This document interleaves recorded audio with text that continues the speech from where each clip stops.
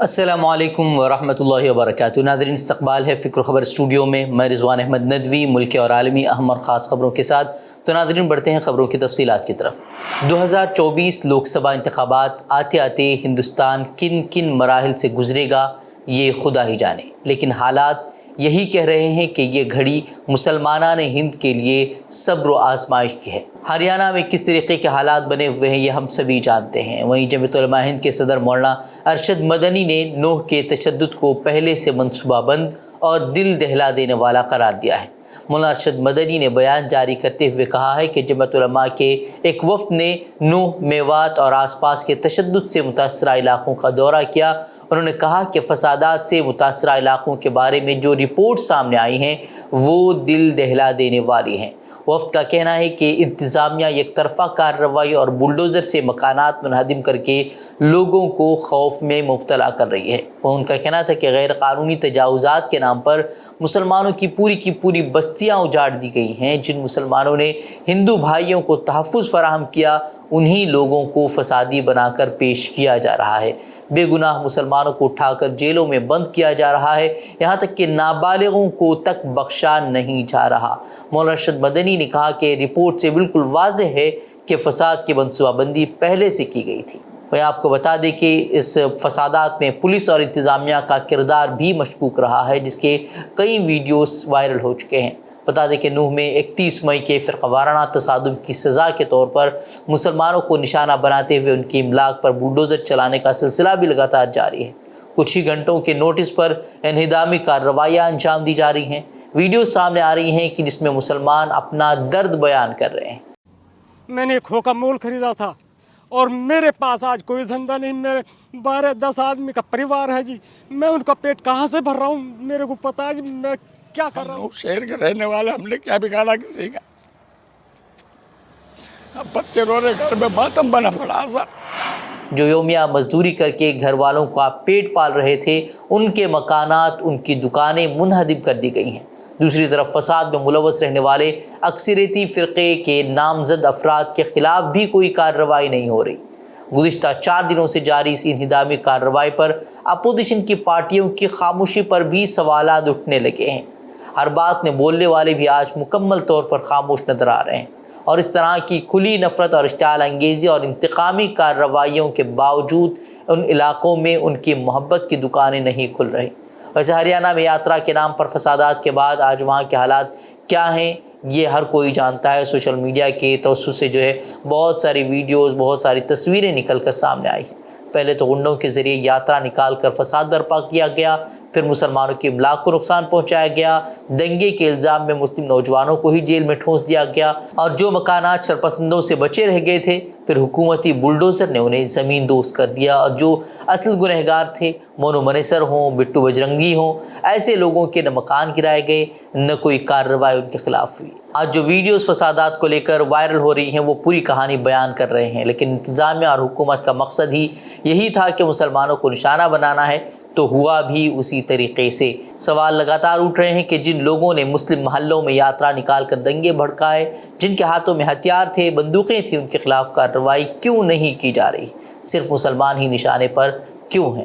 وہیں اب جمعیت علماء ہند نے بلڈوزر کارروائی کے خلاف چندی گڑھ ہائی کورٹ سے رجوع کرنے کا بھی فیصلہ کیا ہے، لیکن کیا عدالتوں میں انصاف ملے گا یا پھر سنوائی کی تاریخ کے لیے بھی مشقتیں برداشت کرنی پڑیں گی؟ یہ تو آنے والا وقت ہی بتائے گا۔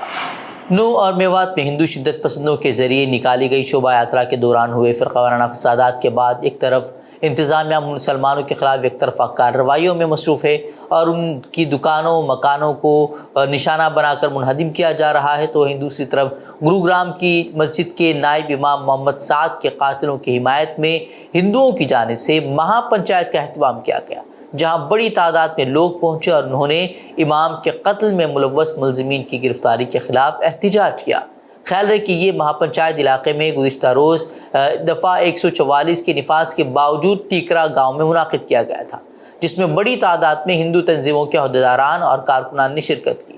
اس دوران جو لوگ وہاں شریک ہوئے تھے ان لوگوں نے خطاب کرتے ہوئے قاتلوں کی پرزور حمایت کی اور انتظامیہ کو انتباہ بھی دیا، اور انہوں نے انتظامیہ کو سیدھے طور پر دھمکی دی کہ وہ کوئی بھی بڑی تفتیش نہ کرے، کوئی بھی FIR درج نہ کرے اور کسی کو بھی گرفتار نہیں کیا جانا چاہیے۔ اس طرح کی دھمکیاں جو ہے ان کی طرف سے دی گئی ہیں۔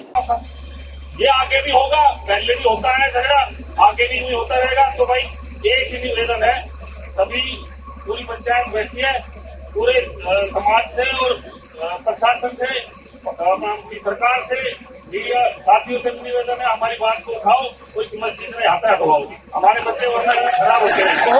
وہیں سابق گورنر اتراکھنڈ اور میزورم عزیز قریشی نے اس بات کا اظہار کیا ہے کہ ملک ایک مشکل دور سے گزر رہا ہے، اقلیتیں خصوصاً مسلمان مایوس نہ ہوں کیونکہ انہیں عظیم بھارت کے اتحاد و بقا کے لیے پھر ایک بار قربانی دینی ہوگی۔ عزیز قریشی نے سابق MP الیاس اعظمی کے تعزیتی اجلاس سے خطاب کرتے ہوئے تشویش کا اظہار کیا اور کہا کہ مسلمانوں کو ملک میں ڈرانے کی کوشش کی جا رہی ہے اور یہ لوگ ڈرنے لگے ہیں، لیکن ہم قرآن اور پیغمبر صلی اللہ علیہ وسلم کو ماننے والے ہیں، اس لیے ڈرنا نہیں چاہیے۔ انہوں نے ہندو امت پر بھی اپنے اظہار خیال کرتے ہوئے کہا کہ ہندوتو RSS اور BJP کی پیداوار ہے اور ان کی کوشش ملک کی تہذیب و تمدن اور وراثت کو تباہ کرنا ہے۔ گیان واپی مسجد میں واقع کمپلیکس میں آرکیالوجی سروے آف انڈیا کے ماہرین کی جانب سے سروے کا کام لگاتار جاری ہے۔ مسجد کمپلیکس میں سروے کا آج چوتھا دن ہے۔ دوسری جانب ہندو فریق کی نمائندگی کرنے والے وکیل کے مطابق ساون مہینے کی وجہ سے آج پیر کے روز سروے کا کام شروع کرنے میں تھوڑی سی تاخیر ہوئی ہے۔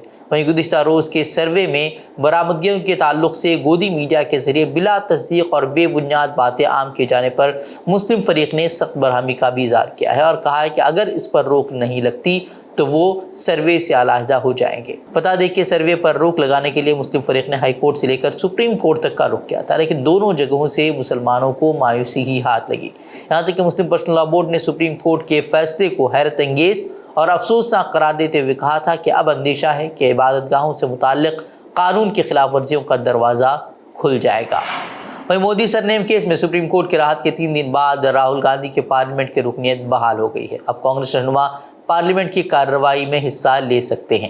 سپریم کورٹ کی طرف سے سزا پر روک لگانے کے بعد لوک سبھا سیکریٹریٹ نے اس سلسلے میں فیصلہ لیا ہے۔ کانگریس راہل گاندھی کی رکنیت بحال کرنے کے لیے سپریم کورٹ جانے کی تیاری کر رہی تھی۔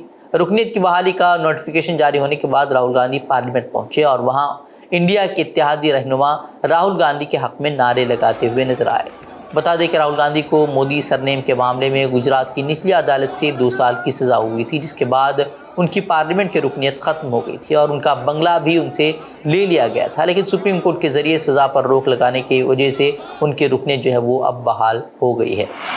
وہ یوپی پولیس نے اتوار کے روز ایک واٹس ایپ گروپ کے ایڈمنز کو صرف اس لیے گرفتار کیا کیونکہ اس گروپ میں ایک ممبر نے مبینہ طور پر وزیر اعلیٰ یوگی آدتیہ ناتھ کے بارے میں توہین آمیز تبصرہ کیا تھا۔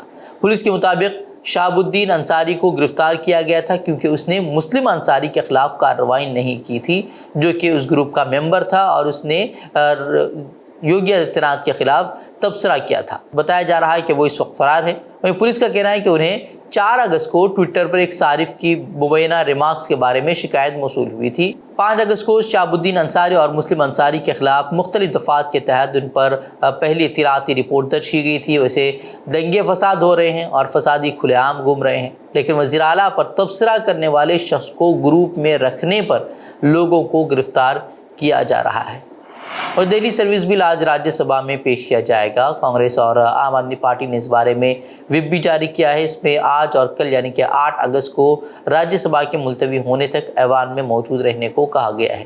وہیں لوک سبھا پہلے ہی اس بل کو پاس کر چکی ہے۔ انڈیا الائنس سے وابستہ اپوزیشن جماعتیں راجیہ سبھا میں government of the national capital territory of Delhi ترمیمی بل کی منظوری کو روکنا چاہتی ہیں۔ اس کے لیے تمام اپوزیشن جماعتوں سے اس بل کے خلاف ووٹ دینے کی اپیل بھی کی گئی ہے۔ اہم بات یہ ہے کہ اس بل پر پارٹی اور اپوزیشن کے درمیان جو ہے وہ تناؤ ہے۔ اس بل کو 25 جولائی کو مرکزی کابینہ سے منظوری مل گئی تھی، اس کے بعد یہ بل لوک سبھا میں بھی منظور ہو گیا ہے۔ وہیں عام آدمی پارٹی کے راجیہ سبھا ممبر راگھو چڈھا نے اس بل کی شدید مذمت کی ہے اور اسے غیر جمہوری اور غیر قانونی قانون سازی کی علامت قرار دیا۔ انہوں نے کہا کہ یہ بل دہلی کے عوام پر براہ راست حملہ، بھارتی عدلیہ کی توہین اور ملک کے وفاقی نظام کے لیے بڑا خطرہ ہے۔ سپریم کورٹ منی پور میں جاری ذات پات کے تشدد سے متعلق درخواستوں پر آج سن کے 7 اگست کو دوبارہ سماعت کرے گا۔ پچھلی سماعت میں عدالت عظمیٰ نے تحقیقات کو سست قرار دیتے ہوئے ریاستی پولیس کی سخت سرزنش کی تھی۔ سی جے آئی نے منی پور کے director general of police D G P کو سماعت کے دوران جواب کے ساتھ حاضر رہنے کو بھی کہا تھا۔ اس سے قبل منگل کو سماعت کے دوران سپریم کورٹ نے ذات پات کے تشدد کے دوران ہونے والے واقعات پر برہمی کا اظہار کرتے ہوئے کہا تھا کہ ریاست میں 2 ماہ سے پوری آئینی مشنری ٹوٹ پھوٹ کا شکار تھی۔ وہیں سی جے آئی نے 2 کوکی زومی خواتین کے معاملے میں 2 ماہ تک ایف آئی آر درج نہ کرنے پر بھی سوال اٹھائے تھے، جن کی عصمت دری کی گئی تھی اور برہنہ پریڈ کرائی گئی تھی۔ منی پور میں سی ایم بیرین سنگھ کی حکومت کو ایک اور بڑا جھٹکا لگا ہے۔ این ڈی اے کی اتحادی کوکی پیپلز الائنس نے حکومت سے حمایت واپس لے لی ہے۔ اتوار کی شام میں فیصلہ لینے کے بعد پارٹی نے اس کا اعلان کیا ہے۔ منی پور میں گزشتہ مئی سے کشیدگی جاری ہے اور پارٹی نے فیصلہ ریاست میں جاری تشدد اور 3 ماہ کے بعد بھی حالات معمول پر نہ آنے کے بعد لیا ہے۔ اسرائیل کے مقبوضہ مغربی کنارے میں اسرائیلی فوج نے حملہ کر کے 3 فلسطینیوں کو شہید کر دیا ہے۔ بتایا جا رہا ہے کہ گاڑی کو 100 سے زائد گولیوں کا نشانہ بنایا گیا۔ وہی حماس غزہ کے ترجمان حازم قاسم نے کہا کہ شہیدوں کا خون رائے گاہ نہیں جائے گا اور ان کے قاتلوں کو سزا کیے بغیر نہیں چھوڑا جائے گا۔ وہ اسرائیلی فوج نے الزام لگایا کہ جنین پناہ گزین کیمپ سے دہشت گردوں کے ایک دستے کو لے جانے والی گاڑی کی شناخت اس وقت ہوئی جب وہ حملہ کرنے کے لیے جا رہی تھی، جس کے بعد انہوں نے ان کو گولیوں کا نشانہ بنایا، جس میں 3 فلسطینی شہید ہو گئے ہیں۔ تو ناظرین، یہ خبریں مزید خبروں کے لیے آپ ہمارے ویب سائٹ www.fikrkhabar.com کی طرف رخ کر سکتے ہیں۔ ویڈیوز کے لیے ہمارے یوٹیوب چینل کو سبسکرائب کریں۔ تو ناظرین اجازت دیں، السلام علیکم ورحمۃ اللہ وبرکاتہ۔